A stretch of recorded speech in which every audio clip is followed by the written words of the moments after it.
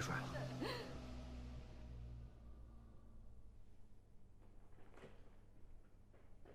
大婶，留步！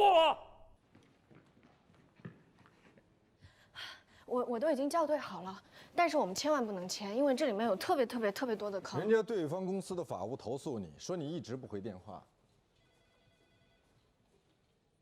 关于麦飞担任您姐姐律师的事儿，我想跟您解释。你不用解释。他不是针对您，而是因为我说了不用解释。你怎么老不听别人解释呢？我之所以每天比大家早一点来办公室，是因为我有太多的工作要处理，我没有那么多时间花费在听别人解释上。况且，解释不解决任何问题。我解释不是为了解决问题，而是为了避免造成更多的矛盾还有误会。你只需要告诉我你的决定。你是决定继续留下来当我的助理，还是因为你的男朋友麦飞在做罗琦的律师而打算退出？我尊重你，无论你决定留下还是退出。您什么时候知道麦飞是我男朋友的？我一直都知道。你不用担心，我不会告诉别人的。我不退出。OK， 那就请你马上联系对方当事人的代理律师麦飞先生，确定一下我们双方的见面时间。好，罗老师，我早就已经跟麦飞约定好了，我们各为其主，绝对不会参入个人的感情。我不知道你们的约定，也不关心，我只看结果。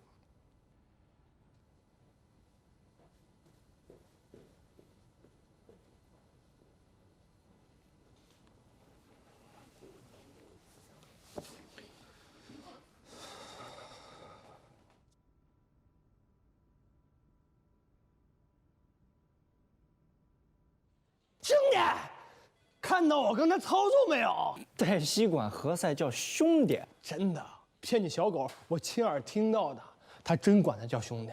你叫何塞叫师兄，人黛西管何塞叫兄弟，那你得叫黛西什么呀？说什么呢？你们？我正跟他说啊，你在何塞办公室，正讲到你跟何塞兄弟相称。哎，对了，昨天好几个客户打电话过来找你啊，我可都帮你打掩护，说你去上厕所了啊。没有肉的，只有素的。谢谢啊。最后连封印都过来找你了，问你去哪儿了。都惊动封印了。我估计啊，是王大奎那边的法务给你扎的针儿。谢谢啊。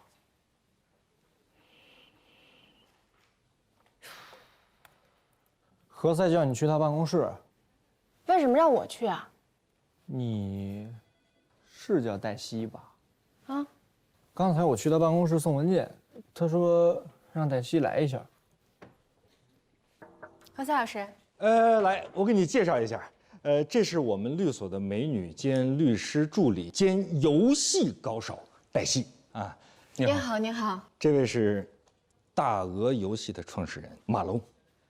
啊，我特别喜欢大鹅的游戏。是吗？啊，哪款？凯旋。必须的。那你们二位玩一局吧。何塞老师，我这边工作还没做完。我去跟罗宾说，他一定会同意的。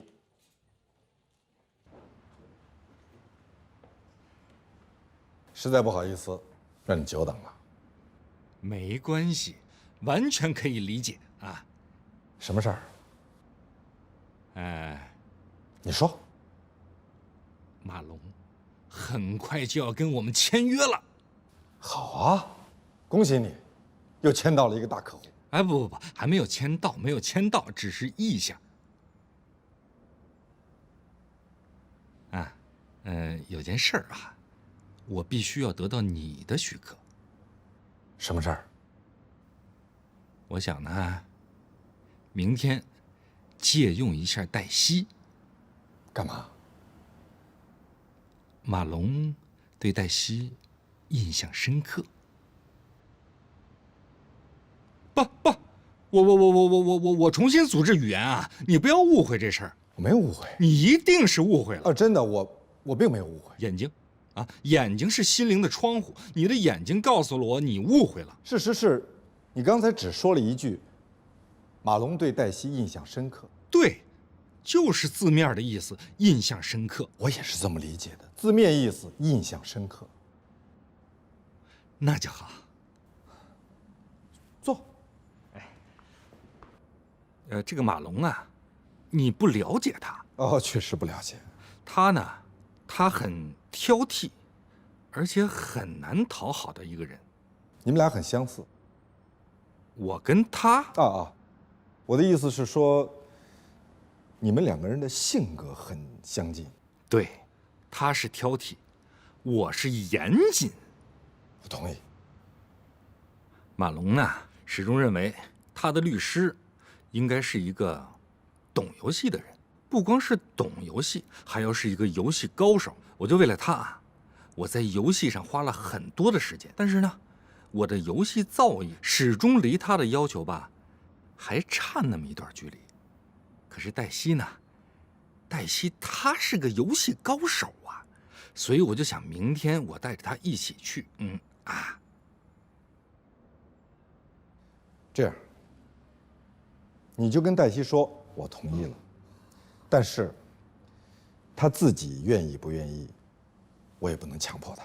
另外就是时间问题，明天她要拿着这些材料到法院去立案。不，立案谁去都可以啊。你的意思是说，让我自己陪着客户去立案？不，干嘛？我让我的助理去啊。他对知识产权这块并不是太熟。正忙，这是他的专业。他的博士导师曾经起草了《中华人民共和国知识产权法》。正忙，拿着去立案，明天立什么案呀？自己看啊，材料都在这儿呢。如果有什么不明白的，可以问我，问黛西，或者是问罗律。去吧。去呀！何不？搞定了。可是何律，他都不知道发生了什么事儿。我们实习的时候，枫叶也是这么对待我们的。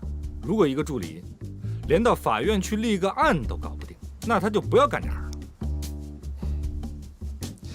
可是现在黛西不在，只要你同意了就好。谢谢。不客气。如果以后有什么事情需要我配合的，我会麻烦你。我不会嫌麻烦。谢谢。谢谢。你真有什么事要麻烦我吗？暂时没有。我不承诺帮法律框架之外的忙。那当然。谢谢。丽娜，你跟黛西说啊，说我找她，是罗宾让我找她。她回来之后，赶紧去我办公室，或者给我打电话也可以啊，一定一定。